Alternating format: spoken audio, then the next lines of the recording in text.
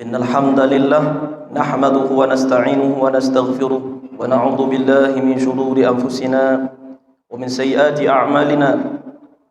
من يهد الله فلا مضل له ومن يضلله فلا هادي له. اللهم صل وسلم وبارك على سيدنا محمد وعلى آله وأصحابه أجمعين. Apa kabar Bapak Ibu semua, sehat ya? Alhamdulillah. Tadi sama apa sahurnya tadi? Macam-macam. Alhamdulillah. Alhamdulillah, bersyukur kepada Allah Subhanahu wa taala atas segala nikmat dan rahmat yang Allah berikan kepada kita, terutama rahmat memasuki bulan suci Ramadan. Alhamdulillah yang kami muliakan para asatiz, ada Ustaz Muhammad, para buya, para guru, para tengku, ibu-ibu, bapak-bapak, tuan guru semua. Mudah-mudahan kita menjadi hamba-hamba yang soleh karena ditetapkan masuk dalam bulan Ramadan. Mudah-mudahan Allah berikan juga kepada kita menjadi hamba yang bertakwa. Amin. Allahumma amin. Jemaah yang dimuliakan oleh Allah Subhanahu wa taala, pertama kami mengingatkan bahwa setiap masuk dalam masjid, ayah ibu mari selalu niatkan i'tikaf. Di setiap masuk masjid selalu niatkan i'tikaf. Jadi i'tikaf itu tidak tidak hanya di akhir bulan Ramadan, tidak hanya 10 akhir dari bulan Ramadan, tapi i'tikaf itu kata para ulama adalah al-mukthu fil masjidi walau qadra tumaninatin. Berdiam diri di masjid walaupun hanya sekedar tumaninah. Jadi walaupun sebentar di dalam masjid dan kita berniat i'tikaf, maka i'tikaf sudah sah. Maka setiap masuk masjid selalu niatkan dalam hati kita, sengaja aku niat i'tikaf dalam masjid ini. Maka insyaallah taala selama kita dalam masjid kita dapat pahala i'tikaf. Ya, selama dalam masjid maka mendapatkan pahala i'tikaf. Yang tentu beda antara orang yang niat i'tikaf dengan orang yang tidak niat i'tikaf. Ada dua orang yang masuk masjid, dua-duanya sama-sama tidur. Tapi satu sebelum tidur memasang niat, saya niat i'tikaf, lalu tidur. Dan satu tidak ada niat apa-apa. Tentu bukan berarti tidur kita katakan bagus, tetapi orang yang berniat i'tikaf walaupun tidur dia adalah dapat pahala. Di antara adat para masyayikh ketika awal memasuki bulan Ramadan, mereka akan memperbanyak niat-niat baik. Karena Allah Subhanahu wa taala akan memberikan keberkahan, rahmat kepada hamba-hamba yang memasuki bulan Ramadan. Di antaranya ada namanya Al-Habib Abu Bakar Al-Masyhur Al-Adni. Sudah meninggal beberapa tahun yang lalu, 5 tahun atau 6 tahun lebih kurang. Salah satu yang dikenal dengan pakar ilmu fikih akhir zaman.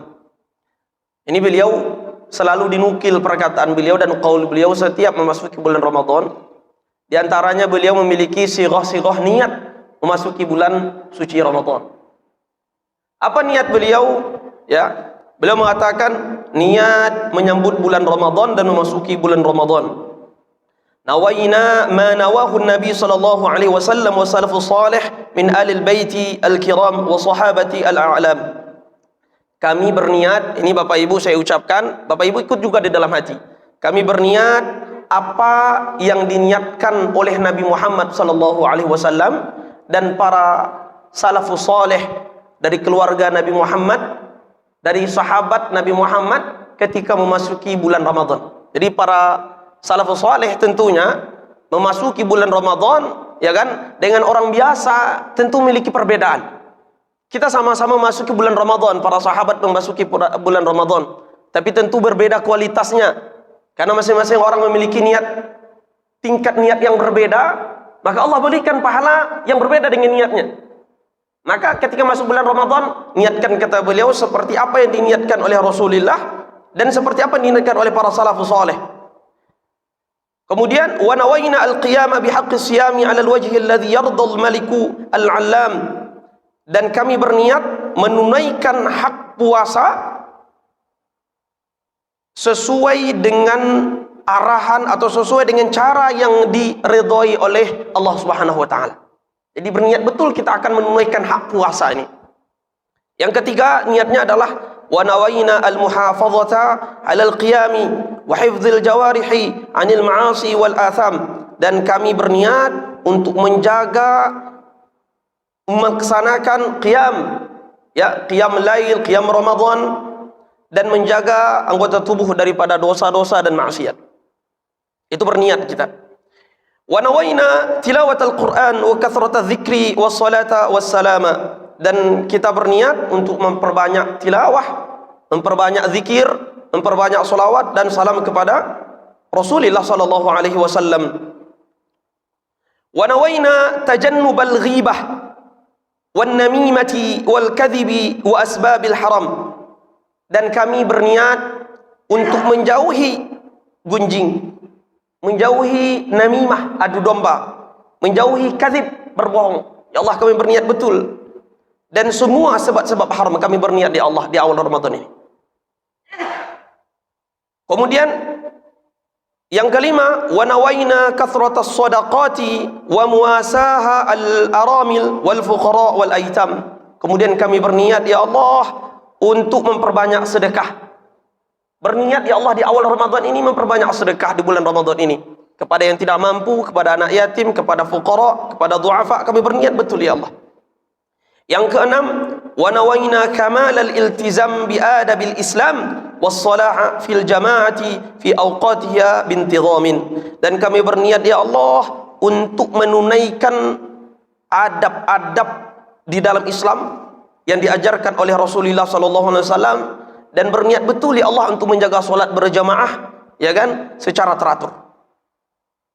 Kemudian yang ketujuh, wa nawaina kulla niyatin salihatin nawaha ibadullahi salihin, dan kami berniat ya Allah segala niat yang baik yang diniatkan oleh para salafus saleh. Kami berniat dengan niat yang baik sebagaimana niatnya para salafus saleh. Fil ashril awakhiri wa lailatul qadr, terkhusus ya Allah di malam akhir 10 Ramadan dan terkhusus di malam Lailatul Qadar. Wa sallallahu ala sayyidina Muhammadin wa ala alihi washabbihi wasallam. Beginilah para ulama ketika mereka memasuki bulan Ramadan, mereka memiliki niat-niat yang baik. Ada namanya Syekh Yusuf Al-Hadrami, punya kitab namanya Kitabun Niyat.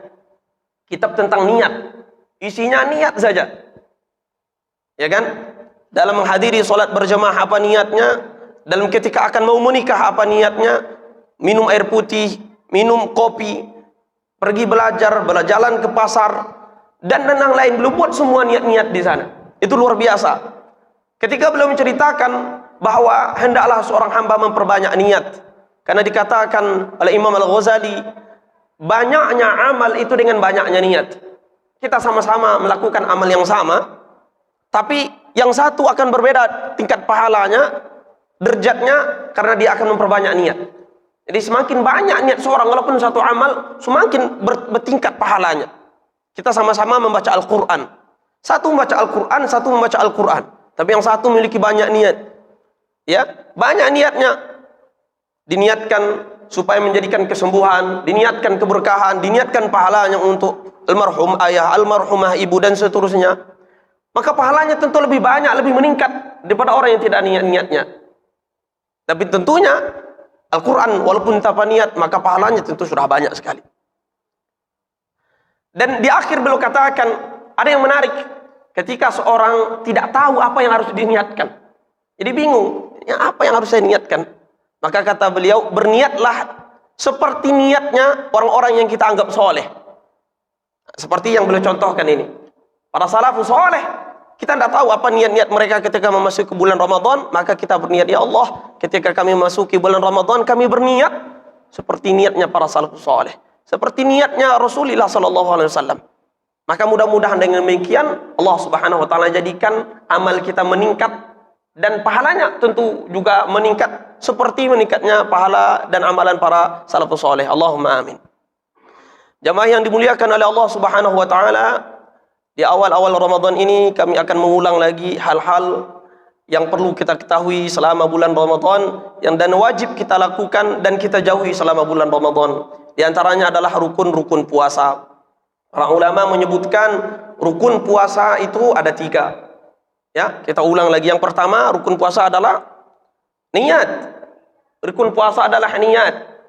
Innamal a'malu bin niat, amalan itu tergantung kepada niat. Maka hamba seseorang yang tidak berniat tidak sah puasanya.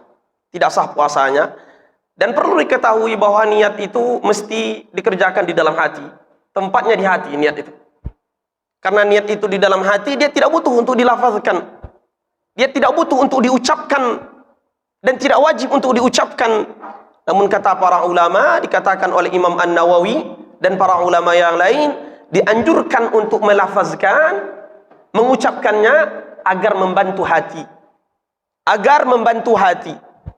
Jadi boleh dan sunnah bahkan untuk diucapkan agar hati kita terbantu.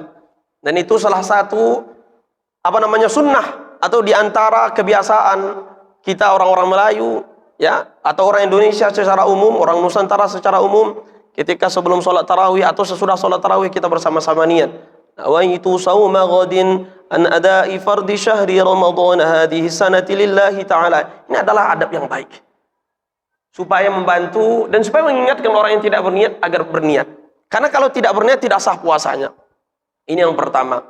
Mahalnya dan tempatnya itu adalah di hati. Yang kedua, ayah ibu sekalian, niat mesti dikerjakan di malam hari. Malam hari itu dimulai daripada waktu maghrib sampai waktu subuh. Jadi mesti niat terpasang di antara waktu ini. Maka kalau seandainya lupa kita dalam berniat, ya, di malam hari, maka berdasarkan mazhab Syafi'i tidak sah puasa kita. Ya.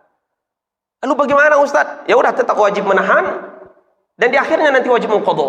Dia tetap wajib menahan walaupun puasa tidak sah, tapi wajib mengqadha. Tapi ada mazhab yang memperbolehkan niat di setelah subuh, di antaranya mazhab Abu Hanifah. Ini kalau seandainya orang yang pelupa, ada orang yang itu pelupa betul. Selalu dia diberikan oleh Allah ujian terhadap lupa. Nah, orang ini boleh mengikuti mazhab ini supaya mendapatkan keringanan, supaya dia tidak banyak mengqadha. Ya udah, niatlah setelah subuh tidak masalah, asalkan belum masuk waktu zuhur. Maka boleh dia berniat, asalkan tidak makan minum sebelum itu. Nah, yang ketiga, wajibnya niat itu setiap malam. Ya, wajib berniat setiap malam. Jadi setiap malam ulang niat. Karena puasa masing-masing adalah ibadah mustaqillah kata para ulama, ibadah yang berbeda. Jadi hari ini hari Kamis satu ibadah, besok hari Jumat satu ibadah, begitu seterusnya. Jadi tidak menyambung. Ya, sehingga niat itu mesti satu malam. Dan ini adalah pendapat jumhur ulama. Ada pendapat yang kedua, ada pendapat Imam Malik. Beliau berpendapat bahwa niat itu atau puasa itu saling menyambung. Ya, dia satu kesatuan. Jadi kalau kita berniat di awalnya untuk puasa Ramadan, itu sudah cukup untuk 30 hari Ramadan, kata beliau. Dan yang terkuat adalah tentu pendapat yang kita amalkan, pendapat mazhab Imam Syafi'i dan pendapat jumhur, yakninya wajibnya berniat setiap malam. Wajibnya berniat untuk setiap malam. Kemudian yang keempat, ayah ibu yang dimuliakan oleh Allah Subhanahu wa taala, dalam niat ada dua hal saja yang wajib. Yang pertama disebutkan para ulama namanya ta'yin, yang kedua al-qasdu. Qasdu itu adalah kesengajaan. Sengaja aku, ya, ta'yin menyebutkan yakninya puasa Ramadan. Sengaja aku puasa Ramadan. Itu yang paling wajib saja. Sengaja aku puasa Ramadan, bas, cukup, dah. Kalau ditambah dengan, ya kan, nawaitu sauma ghadin, puasa esok hari. An adai ditambah juga dengan menunaikan fardu Ramadan, ya kan, ditambah juga dengan fardunya, lillahnya, hadhihi sanahnya, maka bertambah kesunahannya. Yang wajibnya cuma dua saja, ya kan, sengaja aku puasa dan Ramadan, itu saja. Sengaja aku puasa, ya kan, Ramadan, dua itu saja yang wajib. Al-qasdu dengan at-ta'yin saja. Kemudian ada beberapa permasalahan dalam masalah niat ini. Kalau seandainya, ya, seseorang setelah berniat, apakah boleh melakukan hal-hal yang membatalkan puasa? Maka boleh. Setelah berniat, umpamanya kita tetap makan, kita minum, kita melakukan hubungan suami istri, apakah batal niat dan perlu mengulangi niat? Maka jawabannya tidak. Niat kita sudah sah dan tetap boleh melanjutkan puasa tersebut.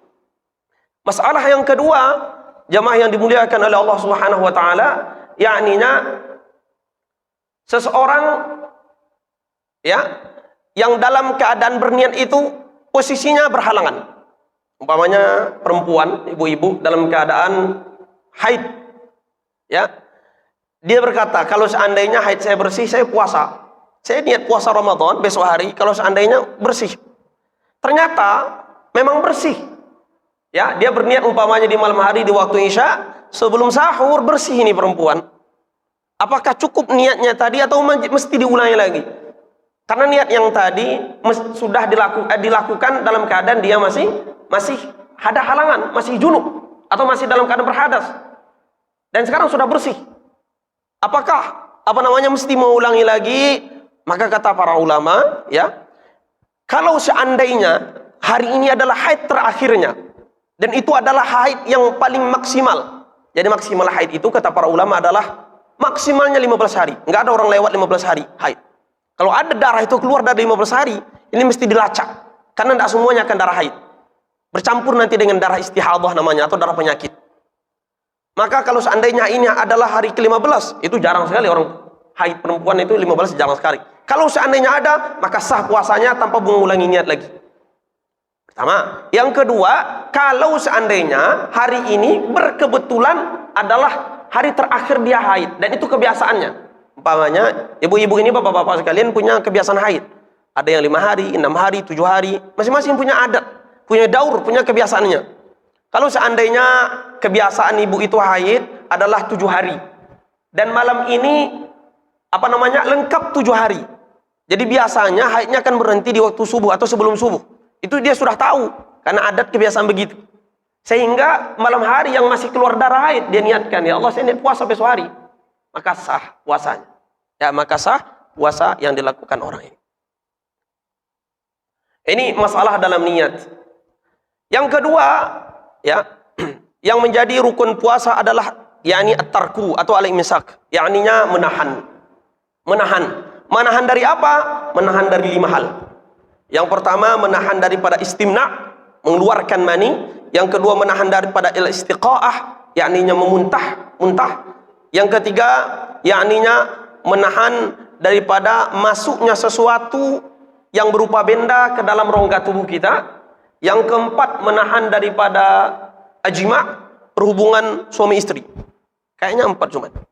Yang pertama adalah menahan daripada al-istiqaah, yakni muntah. Ya, sengaja muntah. Tapi kalau seandainya tidak sengaja maka tidak batal. Rasulullah SAW dalam hadis mengatakan, "Man dzara'ahu al-qai'u wa huwa sha'im fala qada'a. Wa man istaqa'a falyaqdi atau falyaqdi." Barang siapa yang tidak sengaja muntah, maka dia tidak mengqadha, artinya puasanya sah. Kalau seandainya sengaja muntah, maka batal puasanya. Bagaimana gambaran kalau kita sengaja muntah atau tidak sengaja muntah? Jemaah yang dimuliakan oleh Allah, kita masing-masing mengetahui kadar pribadi kita. Kita mengetahui kapan kita muntah atau sesuatu yang mungkin sensitif bagi kita yang memicu kita untuk muntah. Ada orang itu sensitif umpamanya, ya kan, dengan bau anyir telur. Ya. Sensitif betul. Kalau sudah cium bau telur, itu dia bisa mual, bisa muntah. Ada kasus pertama, orang ini ternyata pergi ke dapur, ya kan, ternyata istrinya sedang buat telur, ya kan, sedang mengaduk telur. Kemudian ternyata dia muntah, atau ternyata hal itu memicu, ya kan, dia untuk muntah, maka tidak batal karena dia tidak tahu. Tapi kalau sudah tahu istrinya sedang di dapur sedang ngaduk telur, ya kan, dan dia tahu persis kalau seandainya dia mencium telur, dia akan muntah. Nah, itu berarti orang sengaja itu. Ya, sengaja tetap datang dia ke dapur, lalu muntah, batal puasanya. Atau contohnya, ada orang itu sensitif naik mobil, Bapak Ibu. Ada sensitif naik mobil, ada tetangga saya, setiap naik mobil, wah, setiap naik mobil, wah, muntah. Jadi kemana-mana tidak bisa pakai mobil, harusnya naik motor saja. Nah ini dia akan pergi ke pasar umpamanya, ada alternatif lain, dia bisa naik motor atau bahkan bisa berjalan kaki, nggak jauh kali. Dan ada mobil, sengaja dia naik mobil, padahal dia tahu kalau naik mobil pasti muntah. Maka orang ini kalau seandainya naik mobil lalu muntah, batal puasanya. Ya, itu yang disebut oleh Rasulullah SAW, "Wa man istaqa'a falyaqdi." Barang siapa yang sengaja mencari pemicu membuat dia muntah, maka batal puasanya. Ya, maka batal puasanya. Ini pertama, yakninya muntah. Disamakan dengan muntah atau dikecualikan dalam masalah muntah adalah masalah dahak. Masalah dahak. Dahak ini berasal dari atas atau berasal dari bawah. Dahak, kalau seandainya keluar kemudian ketelan lagi, apakah dia membatalkan puasa atau tidak? Maka dahak ini Bapak Ibu yang dimuliakan oleh Allah Subhanahu wa taala, kalau seandainya dahak itu keluar ya ke bagian zahir daripada tenggorokan. Kita ini punya tenggorokan. Dia keluar ke bagian zahirnya. Ya, kemudian ditelan dengan sengaja maka membatalkan puasa. Yang mana bagian zahir? Ya kan, tenggorokan. Ini kajian Ustaz Muhammad. Yakninya dalam tenggorokan ini ada makhraj huruf, tempat keluarnya huruf hijaiyah. Ya kan, al-halqu namanya. Dan ada 3 tingkatan. Ada namanya adnal halqi, yang paling atas, ya, yang paling luar. Itu huruf yang keluar dari sana yaitu kha dan ghain. Yakhrujun, maghdub, gha dan kha keluar daripada arah atas tenggorokan, namanya adnal halqi. Tengah-tengah di bawah itu namanya wastul halqi, huruf yang keluar dari sana ha dan ain. Alhamdulillah, alha, maka dari tengah-tengah tenggorokan. Begitu juga ain, alhamdulillahi rabbil tengah-tengah. Dia sama tempat keluarnya dengan ha. Paling bawah dari tenggorokan itu keluar dari sana namanya aqsal halqi, namanya adalah ha dan hamzah. Ya, ha dan hamzah. Ihdinas sirat, paling bawah. Ya. Kemudian yaitu hamzah paling bawah juga. Nah, kata para ulama, kalau seandainya sudah sampai ke makhraj huruf ha. Di mana ha tadi Bapak Ibu? Tengah-tengah ya. Kalau sudah sampai keluarnya ke makhraj huruf ha, dan kita kenal itu alham. Kalau keluar sampai ke situ, ya kan? Keluar dahak sampai ke situ, kemudian bisa kita keluarkan, maka kemudian lalu kita telan, batal puasanya. Tapi ketika sampai ke makhraj ha, belum sempat saya akan mengeluarkan Ustaz, kemudian ketelan karena bernafas, kemudian ketelan, maka puasanya tetap sah. Puasanya tetap sah. Ini masalah dahak. Bagaimana air ludah? Apakah air ludah membatalkan puasa? Air ludah Bapak Ibu sekalian, dia dianggap masih dalam keadaan batin sekarang. Kalau masih di dalam mulut. Jadi kalau seandainya seseorang mengumpulkan air ludah di mulutnya, kemudian ditelannya, sah puasanya. Karena dia berada di posisinya, dan itu dianggap bagian batin, bagian dalam untuk posisi air ludah. Kecuali kalau air ludah itu sudah di luar, ya, daripada mulutnya, ya, sudah keluar, diambil lagi, masuk lagi, baru batal. Atau yang paling memungkinkan itu adalah sudah sampai ke bahagian luar mulutnya sendiri. Bapak Ibu pandang saya sekarang atau pandang kawannya, tampak enggak bibir kita? Bibir ini bahagian luar mulut. Kalau seandainya air ludah sudah sampai ke bibir, mohon maaf, kemudian dia ditelan lagi, dijilatnya lagi, masukkannya lagi, maka ini membatalkan puasa. Karena sudah dari keluar, masuk lagi ke dalam. Ya. Nah. Tapi kalau seandainya air ludah itu kita kumpulkan, mohon maaf, di lidah. Kemudian lidah dijulurkannya keluar, kemudian ditelannya lagi, maka tidak masalah. Karena lidah itu memang posisinya dari awal adalah posisi di dalam. Ini yang pertama, yakninya muntah. Jadi orang yang sengaja muntah maka akan membatalkan puasa. Yang kedua Bapak Ibu, ini penting sekali, yaitu masuknya sesuatu ke dalam rongga, masuknya benda ke dalam rongga melalui lubang yang terbuka. Jadi ada beberapa kaidah persyaratan dalam kaidah. Pertama, masuknya benda. Jadi yang masuk itu berupa benda, berupa ain. Ya kan? Air. Termasuk diantaranya adalah asap rokok. Ya kan? Maka kalau masuk benda maka membatalkan. Dan tidak termasuk kepada benda adalah asar. Yakninya sisa atau rasa umpamanya. Atau bau. Kita mencium bau parfum. Ya kan, bau sate lewat kebun sate aju. Itu kan tercium masuk ke dalam. Nah, masuknya itu bukan benda itu. Itu asar namanya. Ya, maka tidak masalah. Ya. Asalkan tidak di tempat unggunan unggunan sate itu kita berdiam diri kemudian nunggu di sana, itu makruh sekali. Ya. Jadi apa namanya, kalau seandainya berupa bau maka tidak batal. Begitu juga berupa rasa. Ini ibu-ibu masak di sore hari, ya, kemudian tidak tahu nih gulai banyak, sekancah besar sekali. Ini kalau tidak dirasa dulu marah nanti bapak, marah nanti orang-orang. Ini karena akan diadakan apa namanya iftar bersama, ya kan? Dicicip dulu di ujung lidah, dirasakan di ujung lidah, kemudian dikeluarkan.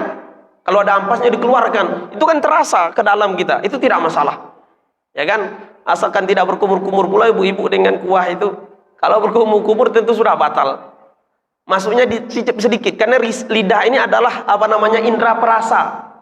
Dia akan merasakan walaupun sedikit, akan terasa itu ke dalam. Maka itu tidak masalah, karena dia bukan ain yang masuk ke dalam tubuh. Ini yang pertama syaratnya. Yang membatalkan itu masuk berupa ain. Yang kedua Bapak Ibu, syaratnya adalah masuknya ke dalam rongga. Mana rongga itu? Ini kepala rongga, perut rongga. Mohon maaf, bagian kemaluan dan bagian apa namanya pantat kita ini adalah rongga. Maka kalau masuk sesuatu ke dalam tiga ini melalui lubang terbuka maka membatalkan. Mana saja? Telinga, hidung, ya. Telinga batasnya adalah sebatas yang apa namanya dimasuki sesuatu yang lewat daripada jempol kita. Jadi kalau jempol kita masuk, ini masih bagian luar nampaknya. Tapi kalau kelingking, ya, atau benda-benda yang lebih kecil kita masukkan, ini akan masuk kepada daerah yang tidak bisa dijangkau oleh jempol kita. Nah, ini membatalkan. Maka pakai ke tempat, ya, ini membatalkan puasa. Ustaz, enggak kenyang kami dengan itu. Udah membatalkan puasa, karena itu yang disampaikan oleh Nabi sallallahu alaihi wasallam. Membatalkan puasa.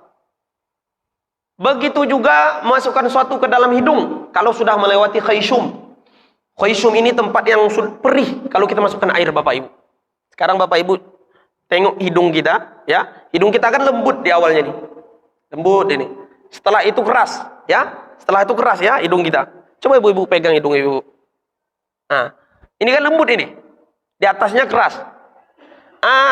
Dimulai dari keras itu kalau sudah melewati daerah itu, maka ini sudah membatalkan puasa. Tapi kalau masih di daerah sini, maka belum membatalkan puasa. Maka dalam berwudu ketika berpuasa tetap dianjurkan memasukkan air ke sini. Ya kan? Itu sunnahnya. Nah, seperti itu. Maka ketika Covid dulu kan ada masukkan sesuatu. Apa namanya dulu, Pak? Istilahnya? Apa? Swab, ya. Swab. Kalau swab Covid itu membatalkan puasa. Karena masuknya sampai ke dalam itu. Ya kan? Sampai ke dalam. Ya kan? Ini syarat yang kedua. Ya, apa namanya? Ini syarat kedua, ya, ininya masuk ke rongga. Ini kepala rongga. Mulut rongga juga. Mulut rongga juga, ya kan? Kemudian perut juga rongga. Jadi kalau memasukkan obat-obat melalui anus, mohon maaf, maka membatalkan puasa, ya kan? Melalui kemaluan maka membatalkan puasa. Masuk air, ya, maka membatalkan puasa. Ini yang kedua Bapak Ibu. Ya, ininya masuk melalui rongga. Yang ketiga masuk melalui pintu yang terbuka. Kalau melalui pori-pori maka tidak batal. Ya, tidak batal. Bapak Ibu memakai obat tetes mata, terasa enggak di tenggorokan kita? Terasa itu. Ya, kalau kita memakai obat tetes mata itu terasa ke tenggorokan. Tidak batal kata para ulama karena dia masuk melalui masam, melalui pori-pori. Maka itu tidak membatalkan puasa kita. Ya kan? Begitu juga apa namanya? Kalau seandainya kita bagaimana kalau suntik? Ya kan, injeksi ketika bulan Ramadan. Berdasarkan kaidah mazhab Syafi'i, itu tidak membatalkan suntik. Ya, itu tidak membatalkan. Donor darah atau apa namanya? Injeksi, infus, itu tidak membatalkan. Walaupun isinya adalah nutrisi dan yang lain-lain. Ini pendapat yang kami percaya dan pendapat yang terkuat. Tapi ada juga sebagian ulama berpendapat kalau yang dimasuki itu adalah berupa nutrisi, ya, berupa injeksi dan yang lain-lain, maka itu membatalkan. Kalau hanya ditusuk saja tidak. Kenapa tidak batal kita katakan? Karena dia masuk tidak melalui apa namanya? Rongga yang terbuka, melalui pintu yang terbuka. Ini Bapak Ibu melalui otak namanya atau melalui apa namanya nadi, itu akan cepat tertutup. Tusuk dengan apa duri atau tusuk dengan jarum, itu akan tertutup langsung otomatis. Artinya tidak ada jalan yang terbuka di sana. beda dengan mulut, beda dengan telinga, ya kan? Beda dengan kemaluan kita. Itu adalah rongga yang terbuka namanya. Jadi kalau masuk melalui otot, melalui nadi, ya kan? Maka tidak membatalkan puasa. Kalau suntik ketika puasa tidak batal, ya. Dan ini pendapat yang kami yakini benar dalam mazhab Syafi'i. Nah, ya. Jadi itu syaratnya. Yang pertama adalah masuknya berupa benda, dan yang kedua masuk ke dalam rongga, yang ketiga masuk melalui pintu yang terbuka. Yang ketiga, maka ada beberapa masalah di sini. Ya, segala sesuatu apakah dia membatalkan puasa atau tidak? Umpamanya masalah ini inhaler, Bapak Ibu? Untuk orang yang paru-paru, ya kan? Itu membatalkan. Karena masuk berupa gas, benda masuk ke dalam rongganya, itu membatalkan. Ya. Begitu juga kalau seandainya seseorang, bagaimana kalau memakai salompas? Itu kan terasa ke dalam itu, terasa ke kulit kita, terasa ke badan kita.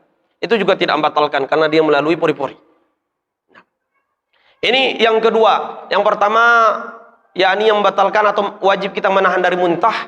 Yang kedua, menahan daripada yakninya masuknya sesuatu ke dalam rongga kita melalui pintu yang terbuka. Yang ketiga, Bapak Ibu yang dimuliakan oleh Allah, ya, yakninya menahan daripada al-jima' tentunya, berhubungan badan. Maka orang yang berjima' di siang hari Ramadan dalam keadaan sengaja, dan itu adalah siang hari Ramadan, dan puasanya adalah puasa Ramadan, dan dia tahu bahwa itu adalah haram, dan dalam keadaan sadar, maka orang ini wajib membayar kafarat nanti. Kafaratnya kafarat besar, kafarat uzma namanya. Wajib membayar kafarat kalau dalam keadaan sengaja. Ustaz, lupa ini karena pengantin baru, lupa, ya kan? 5 hari sebelum Ramadan nikah, ya kan? Sebelum Ramadan 5 hari nikah. Jadi lupa, ternyata ini hari awal Ramadan. Akhirnya kemudian jatuhlah sehingga mereka berhubungan badan, maka tidak wajib. Kenapa? Karena lupa atau tidak tahu, ya kan? Atau tidak tahu. Atau sebelum itu ada hal yang membatalkan. Dia makan terlebih dahulu, kemudian baru berhubung badan, maka tidak batal puasanya. Tidak wajib membayar kafarat. Maka ada beberapa orang yang Bapak Ibu, kalau seandainya batal puasanya, dia tetap wajib menahan. Pertama, orang yang sengaja ketika Ramadan membatalkan puasa, maka wajib dia menahan puasa lagi. Apa maksudnya? Jadi sengaja dia membatalkan puasa makan sekarang. Setelah itu baru dia sadar, atau setelah itu baru dia menyesal. Maka orang ini wajib bagi dia untuk menahan sisa siangnya untuk tidak makan minum. Tidak boleh dia melakukan sesuatu yang membatalkan puasa lagi. Wajib dia tahan. Walaupun nanti dia wajib mengqadha lagi. Ya, wajib dia qadha lagi. Dan ada orang-orang yang disunnahkan bagi dia untuk menahan.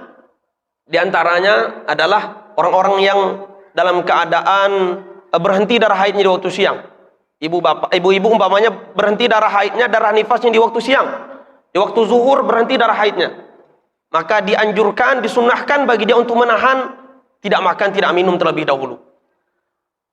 Begitu juga orang yang sakitnya sembuh di siang hari. Jadi kalau kita sakit dan sakitnya itu berketerusan, Bapak Ibu, boleh tidak berniat sama sekali. Jadi malam hari sakit, siang sakit, dia boleh tidak berniat. Tapi kalau seandainya sakitnya itu berubah-berubah, ya kan, malamnya sehat, siangnya sakit. Kalau sebelum sahur dia itu sehat, wajib dia tetap berniat. Kalau seandainya siangnya jatuh sakit, ya udah boleh dia berbuka dengan niat mengambil keringanan. Tapi kalau seandainya malam sakit, siang sakit, maka boleh sama sekali tidak berniat. Dia tidak berniat. Ya, diperbolehkan tidak berniat puasa. Ya, karena ada keringanan. Begitu juga kalau seandainya dia ini dalam keadaan siang, dalam keadaan waktu siang sakitnya itu sehat. Jadi posisinya sekarang dia sakit. Ya, malam hari tidak berniat. Pagi hari bahkan sudah makan. Kemudian ternyata jam 10, jam 11 dia fix sehat lagi. Segar badannya lagi. Maka sunnah dan dianjurkan bagi dia untuk tidak makan terlebih dahulu, untuk tidak minum sampai waktu maghrib. Tasyabbuhan bis-shaimin, ya. karena menyerupai orang yang berpuasa. Bagaimana kalau seandainya seseorang itu dalam keadaan sakit dan sakitnya menghilangkan akal? Karena salah satu syarat sah puasa itu adalah seseorang dalam keadaan tamyiz, ada kesadaran dalam dirinya atau akal. Maka orang yang gila tidak sah puasanya, orang yang mabuk tidak sah puasanya, orang yang pingsan tidak sah puasanya. Kalau pingsannya itu adalah sepanjang hari. Tapi kalau pingsan dia umpamanya sebelum subuh pingsan, ya kan, karena makan makanan yang umpamanya membuat dia pingsan dia. Setelah itu ternyata jam 10 terbangun dia sebentar. Tidur saya atau pingsan saya. Setelah itu 1 menit terpingsan lagi, pingsan lagi. Ya kan, tertidur sampai tidak bangun sampai waktu maghrib. Maka bagi orang ini sah puasanya. Karena terbangun walaupun sebentar. Beda kalau tidur. Orang itu ya kan terlalu banyak makan di waktu subuh. Ya, di waktu sahur. Banyak sekali. Sampai belum sempat sholat subuh udah tertidur. Dan terbangun di waktu azan. Alhamdulillah sudah azan subuh. Ternyata azan maghrib. Maka bagi orang ini sah puasanya.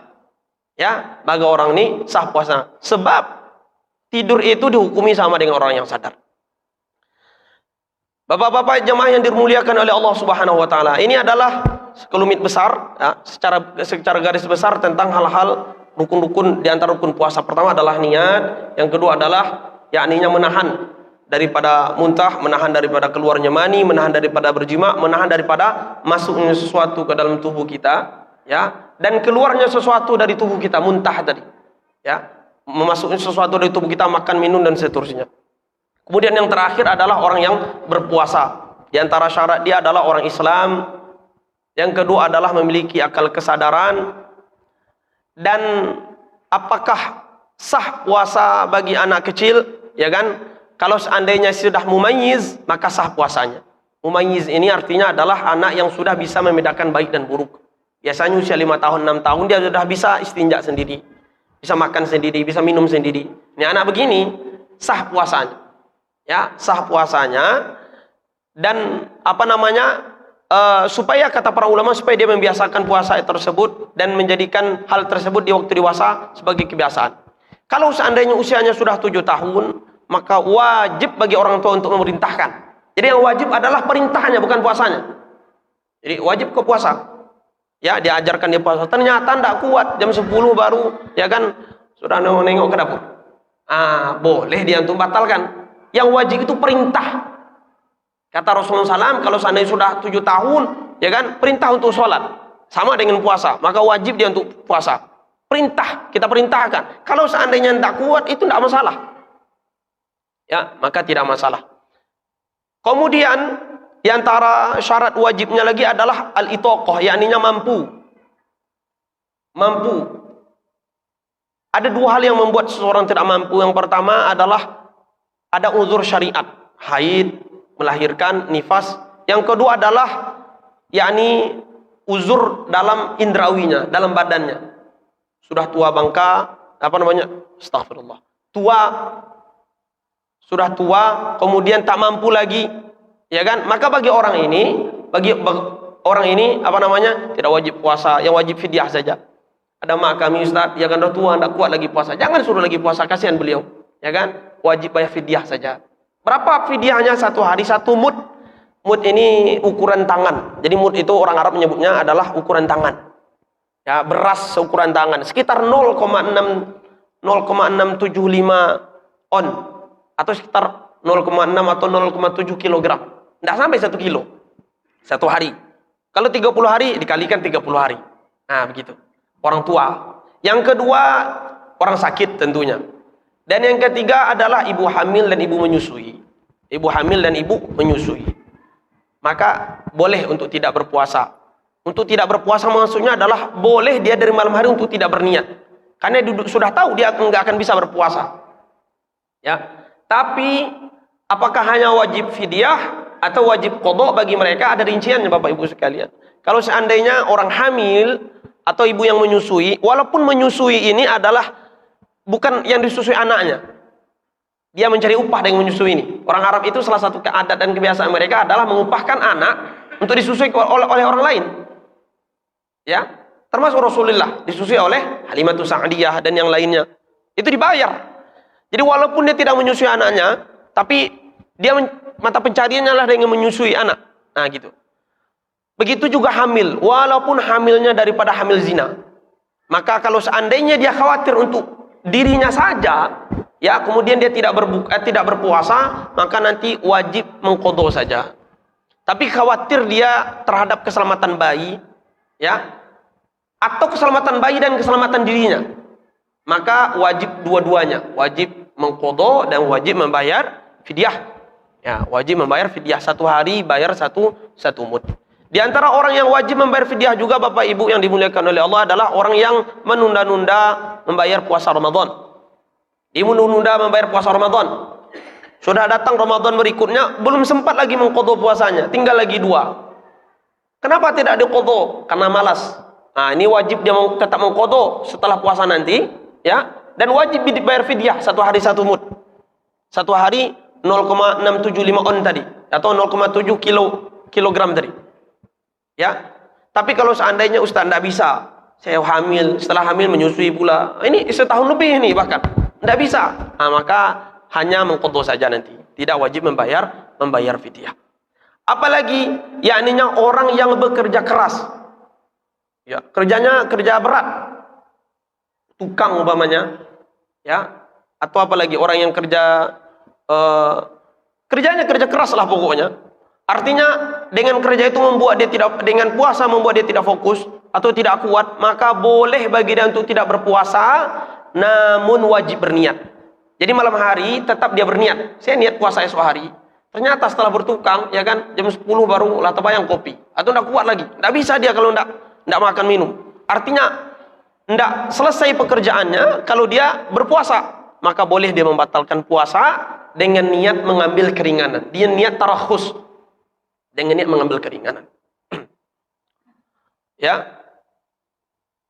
Begitu juga orang, ya, yang dia Bapak Ibu, kalau seandainya berpuasa, dia sangat haus. Ada orang yang itu tidak bisa, kecuali dia harus makan sekian jam harus makan. Kalau tidak makan minum, maka dia sangat haus, sangat lapar sekali. Orang ini tidak bisa puasa. Wajib tetap berniat di malam hari. Kalau seandainya di siang hari sudah enggak kuat, ya udah batalkan puasanya dengan niat mengambil keringanan. Nah, dengan niat mengambil keringanan. Ini adalah ringkasan terhadap rukun-rukun di antara rukun puasa. Kemudian Bapak Ibu yang dimuliakan oleh Allah Subhanahu wa taala, yang kita sebutkan tadi disebut dalam fikih adalah al-mubtilat, segala sesuatu yang membatalkan puasa, tidak sah dan wajib mengqadha. Ada yang kedua disebutkan oleh Imam Ghazali, beliau menyebutkan yang membatalkan itu ada 2, disebut dengan bahasanya dalam bahasa Arab adalah muhbit, yang kedua mubtil atau mufsid. Muhbit itu yang membatalkan juga, tapi membatalkan pahalanya. Kata beliau, yang membatalkan puasa ada 2. Yang pertama muhbitat, yang kedua mubtilat atau mufsidat.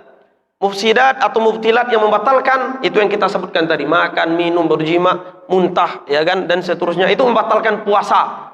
Ada yang kedua adalah puasanya tetap sah tapi membatalkan pahala, yaitunya melakukan perkara-perkara yang sia-sia, kemudian tidak meninggalkan namimah, ghibah, tetap berdusta, tetap berkata bohong, ya kan, dalam berjual beli, dalam muamalah tetap berbohong, ya, tidak menjaga anggota tubuhnya, ya, daripada maksiat. Maka orang yang demikian, kata Rasulullah SAW, falaisa lillahi hajatun min ayyada'a tu'amahu wa syarabahu. Allah tidak butuh kepada kepada puasanya ini. Ketika dia masih tetap mengucapkan kata-kata buruk, tidak menjaga perkataannya, tidak menjaga muamalatnya dengan manusia, orang tersakiti dia berpuasa, ya kan, maka orang ini puasanya sah secara fikih, pahalanya tidak ada, ya, pahalanya tidak ada. Ini disebut dengan al-muhbitat, dan al-muhbitat ini banyak sekali. Oleh karenanya Imam Al-Ghazali rahimahullah, Bapak Ibu yang dimuliakan oleh Allah, itu di dalam kitab Ihya Ulumuddin beliau sebutkan, ya, ada bab tersendiri Asrarus Syiyam, ya, rahasia-rahasia dari puasa. Beliau sebutkan tingkatan orang berpuasa itu tidak sama. Ada tingkatan orang awam, itu tingkatan kita, kata beliau. Yakninya tingkatan menahan makan, menahan minum, itu tingkatan awam sekali. Tingkatan di atas itu namanya tingkatan khusus. Makan, minum, dan menjaga hawa nafsunya, menjaga untuk tidak menyakiti orang lain, menjaga untuk tidak berkata buruk, menjaga untuk tidak berbohong, tidak namimah, tidak adu domba, ya, tidak melakukan hal-hal yang sia-sia, tidak melakukan perkataan yang buruk, perkataan yang menimbulkan syahwat, menjaga pandangan dan seterusnya. Ini puasa yang kedua. Ini puasanya orang-orang soleh. Mudah-mudahan Allah jadikan puasa kita puasa orang soleh. Amin. Ada yang ketiga, itu puasa khususul khusus. Ya, puasa yang sangat-sangat istimewa. Dan ini adalah puasa para nabi, puasa para aulianya. Yakninya bukan hanya sekedar makan dan minum, tetapi berpuasa supaya dirinya tidak memikirkan selain Allah Subhanahu wa taala. Jadi seolah-olah dalam bab ini kalau seandainya pikirannya melayang daripada selain Allah, maka batal dari seginya. Dari segi tingkatan ini. Ya kan? Dan ini tingkatan tertinggi. Makanya Imam Al-Ghazali rahimahullah beliau menyebutkan bahwa fal maqsud minas shaumi, tujuan daripada puasa itu adalah at-takhalluq bi khalqillah. Di antaranya kita berakhlak dengan akhlak Allah. Salah satu sifat di antara sifat Allah atau asma Allah Bapak Ibu adalah As-Samad. Ya, Somad. Bukan Ustaz Somad ya, As-Samad. Kan ada As-Samad. As-Samad ini As-Samadiyah maknanya adalah orang atau zat yang maha tidak membutuhkan. La yahtaju ila syai'in wa la ya'kulu wa la yashrab. Tidak butuh kepada apapun, tidak makan, tidak minum. Sehingga kita berakhlak dengan akhlak Allah. Karena dalam beberapa riwayat dikatakan berakhlaklah kalian dengan akhlak Allah. Allah Maha Pengasih, kita Maha Pengasih. Allah Maha Penyayang, kita juga harus menyayangi sesama. Allah Maha Pemberi rezeki, kita baik kepada orang lain, ya kan? Allah Maha Penyabar, maka kita bersabar. Allah Somad, Allah tidak makan minum, maka berakhlaklah. Maka kata Imam Ghazali, di antara faedah puasa adalah supaya kita berakhlak dengan akhlak Allah Subhanahu wa taala. Karena Allah itu tidak makan dan tidak minum. Dan berakhlak dengan akhlaknya para malaikat. Malaikat juga tidak makan dan tidak minum. Apa kata beliau? Seorang hamba yang menjaga dirinya, ya, bisa menata syahwatnya, maka tingkatannya meningkat sama dengan malaikat. Tapi ketika tidak mampu menata syahwatnya, tidak mampu mengendalikannya, maka turun derajatnya seperti derajatnya para hayawan. Hewan itu tidak punya akal. Tidak ada akal pada hewan itu. Yang ada adalah diberikan oleh Allah adalah asyahawat, keinginan. Hewan itu bangun tidur, terbayang sama dia makan, minum, nafsu. Makan, minum, nafsu, itu saja. Nggak ada yang lain. Jadi manusia tidak boleh begitu. Yang bangun tidur, pikirannya makan, minum, nafsu. Makan, minum, nafsu. Itu hewan namanya. Manusia diberikan akal pikiran. Dengan itu dia akan menata syahwatnya. Dengan itu dia menata kehidupannya. Sehingga kalau mampu dia menjaganya, di antara metode menjaga dan mengendalikan nafsu itu adalah dengan cara berpuasa. Coba bayangkan Bapak Ibu, tak ada orang lain di rumah itu. Tak ada, cuman kita. Tapi kita tidak makan. Kita tidak minum. Tidak mau kita meminum air itu. Bagaimana kita berakhlak dengan akal Allah? Bagaimana kemudian kita menjadikan diri kita seolah-olah dipandang oleh Allah? Muraqabah. Ya, seolah-olah dipandang oleh Allah. Andai setiap saat begitu, itu hamba itu akan menjadi hamba yang soleh. Andai sikap kita sama seperti sikap puasa, itu menjadi hamba yang soleh. Tapi tentunya tidak demikian kita selalu. Ya, setelah berpuasa maksiat lagi. Karena ketika berpuasa itu seseorang itu memang dididik betul menjadi hamba yang soleh. Tak ada orang lain sengaja itu ketika berwudu itu, ya, 3 air yang dimasukkan ke mulut itu kan bisa jadi 2 bisa hilang itu kan, bisa masuk ke telan. Tapi sengaja tidak kita telan. Kenapa demikian? Karena puasa. Nah, oleh karena itu puasa melatih menjadikan kita hamba yang soleh, berakhlak dengan akhlaknya malaikat, tidak makan dan tidak minum. Kemudian ya disebutkan oleh Syekh Izzuddin bin Abdul Salam, dan fawaid lanjutan daripada puasa itu adalah kata beliau yakninya ya mengangkat derajat daripada seorang hamba. Maka dengan berpuasa derajat kita tentu meningkat. Pasti meningkat. Itu yang dikatakan oleh Allah Subhanahu wa taala menjadi hamba yang bertakwa, dan meningkatnya derajat kita Bapak Ibu sekalian itu adalah tergantung kepada niat dan tergantung kepada mujahadah masing-masing kita. Tadi imam kita membaca doa, ya kan? Ya Allah, jadikan kami di antara orang yang berpuasa itu memang karena iman dan ihtisaban. Karena Nabi SAW ketika mengatakan tentang puasa, barang siapa yang puasa Ramadan dengan iman, ya, kemudian dengan penuh keikhlasan, itu semua dosanya yang berlalu dari kecil, kalau dari pernah dia melakukan dosa, ya, itu diampuni oleh Allah. Sampai segitu dijamin oleh Rasulullah. Ghufira lahu ma taqaddama min dzambi. Rasulullah itu ma'sum. Mustahil beliau berdusta, perkataan beliau benar. Kalau memang begitu cara puasanya, penuh iman, penuh keikhlasan, tidak ada karena yang lain, tidak karena malu dengan mertua, tidak karena malu dengan ini kawan-kawan, karena puasa, maka tingkatan puasanya akan menghapuskan dosa-dosa yang berlalu. Itu tingkatan tinggi sekali dikatakan oleh Rasulullah. Begitu juga di malam Ramadan, ya kan? Man qama ramadhana imanan wa ihtisaban ghufira lahu ma taqaddama min dzambih. Dia memang datang ke masjid melaksanakan tarawih itu memang karena iman, bukan karena FOMO, bukan karena ikut-ikutan.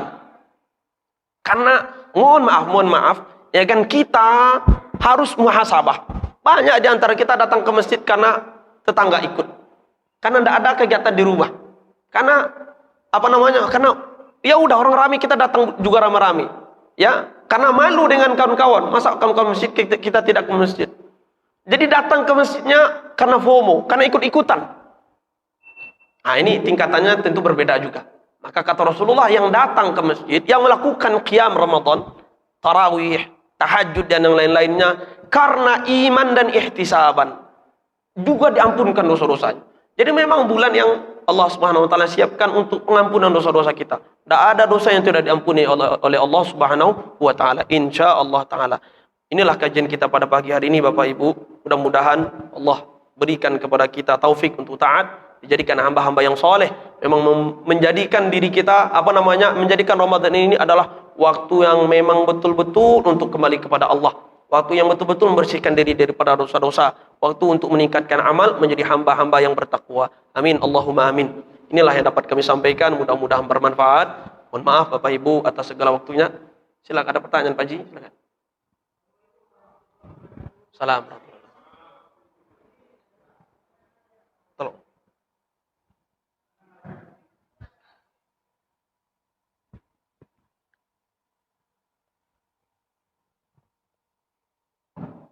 Ini masalah abdullah dan abdullah. Kita abdullah, kita kan aman saja Ustaz sama Allah, kan? Sholat kita, berpuasa dan semuanya Ustaz. Ini masalah abdullah Ustaz. Apabila hamba Allah bertikai yang sangat keras Ustaz ya, dan menjelang puasa mereka tidak saling bermaafan Ustaz. Baik itu saudara, teman, atau sekantor, atau ibu rumah tangga, atau dan lain-lain, Ustaz.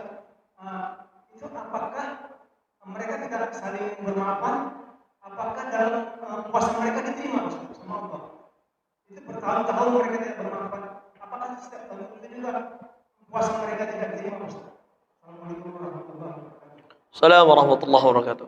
Perlu diketahui Bapak Ibu sekalian, hubungan ibadah, ya, baik ibadah satu ibadah dengan ibadah lain itu tidak ada hubungan.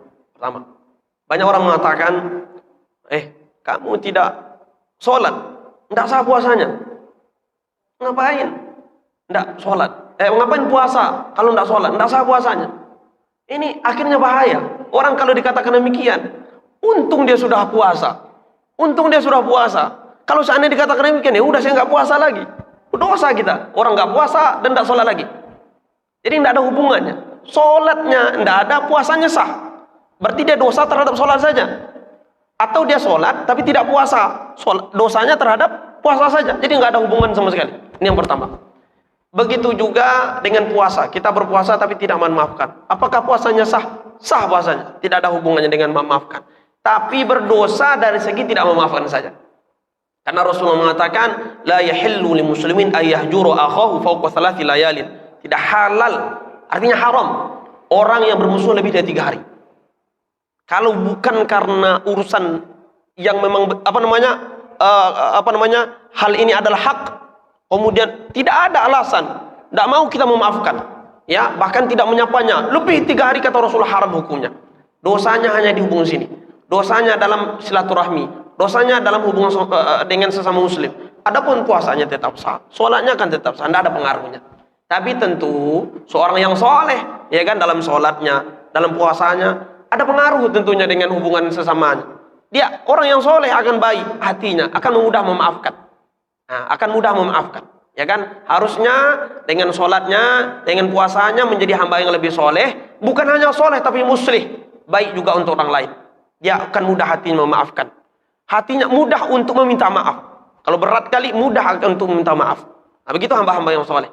Tapi kalau seandainya apakah batal tidak batal, tetap sah puasanya, tidak ada hubungan sama sekali. Tapi dosanya berkurang dari segi sini, salah dari segi sini. Yakni dari segi dia tidak bersilaturahmi, yakni memutuskan silaturahmi, itu saja. Ya kan? Tidak ada dia takut dengan ayat-ayat Allah Ta'ala, ya tidak takut dengan hadis Rasulullah. Rasul mengatakan la yadkhulul jannah qati'. Orang yang memutuskan silaturahmi la yadkhulul jannah, tidak masuk surga. Sampai diancam oleh Allah Subhanahu wa taala begitu. Ya kan? Jadi dosanya dari segi sini saja.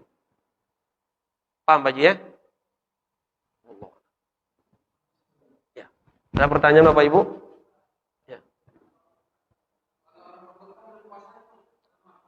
Ya. Berbekam pada ada hadis Nabi itu melarang berbekam, ada hadis Nabi berbekam. Jadi dua. Nah, maka para ulama memberikan kesimpulan berbekam secara asalnya adalah boleh, tapi dilihat kepada kondisi badan orang itu. Ada orang itu ketika berbekam dia akan lemah. Setelah berbekam dia akan lemah badannya. Maka orang ini makruh bagi dia untuk berbekam. Ada yang kedua, karena kita sudah dalam berpuasa dibikin lemah lagi, maka itu makruh. Tapi kalau seandainya dengan berbekam santai aja, nggak ada pengaruhnya, bahkan enak badannya setelah itu, maka tidak ada makruhnya, boleh. Ya, boleh berbekam. Ada pertanyaan Bapak Ibu ya? Tidak ada? Kita tutup dengan doa kafaratul majelis. Ya, silakan.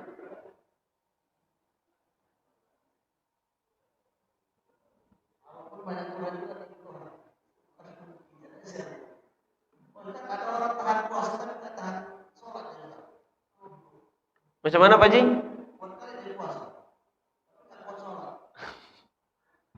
Ada orang yang kuat puasa, tidak kuat sholat. Pertama, ya, puasanya tentu sah. Ya, dia berdosa dari segi meninggalkan sholat. Kenapa orang itu rata-rata kuat berpuasa, tidak kuat sholat? Pertama adalah karena biasanya Bapak Ibu, ya, sesuatu yang dilakukan berjemaah itu kita akan bersemangat. Ya, yadullahi ma'a jama'atin. Allah menolong orang yang selalu berjamaah. Ini lidi satu, ya kan? Enggak berguna apa-apa, patah dia. Tapi dikumpulkan 100 lidi, nah itu bisa mukul orang. Jadi kalau bersama-sama orang itu akan menjadi semangat. Coba tengok, berapa orang yang berpuasa sunnah, sering berpuasa sunnah? Jarang sekali. Tapi kalau bulan Ramadan, yang biasanya nongkrong-nongkrong sekarang puasa. Nggak nongkrong bro, puasa. Nggak nongkrong, puasa. Biasanya nggak pernah puasa. Ya, tapi Ramadan karena berjamaah. Biasanya berjamaah itu membuat orang kuat. Nah, gitu. Yang saya lihat begitu saja, Pak. Kenapa kuat? Karena itu. Tapi apakah dia berdosa dan tidak sah? Itu hal yang berbeda. Puasanya sah, dosanya dari segi tidak sholat saja.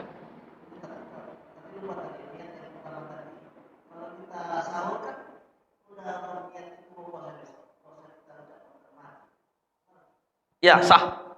Jadi niat itu Bapak Ibu tidak mesti hati kita mengatakan saya niat puasa Ramadan, tidak mesti juga. Boleh digabungkan dengan perbuatan. Ketika kita makan, terbayang bahwa kita akan puasa. Atau ketika akan waktu subuh, sengaja kita tidak makan minum supaya tidak tidak batal puasa kita. Nah, itu sudah dianggap sebagai niat, Pak.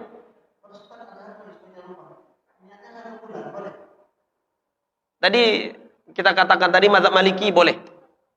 Di awal Ramadan, malam tadi mazhab Maliki. Ya, kalau mazhab Syafi'i, tapi dengan syarat Bapak Ibu, ya, dengan syarat ketika dia berniat itu berniat taklid kepada mazhab Maliki. Katakan oleh guru kami Syekh Abdul Aziz Asy-Syahawi, beliau mengatakan, jadi malam hari di awal tadi, malam tadi dia berniat, ya Allah, aku niat puasa Ramadan full, penuh dengan bertaklid mengikut kepada Imam Malik.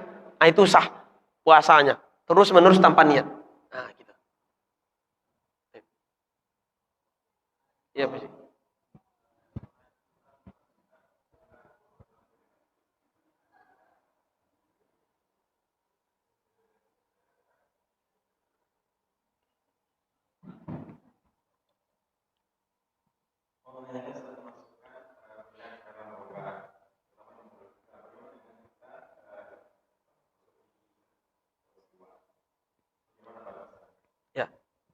Bersiwak ketika berpuasa Bapak Ibu, siwak ini luar biasa ya.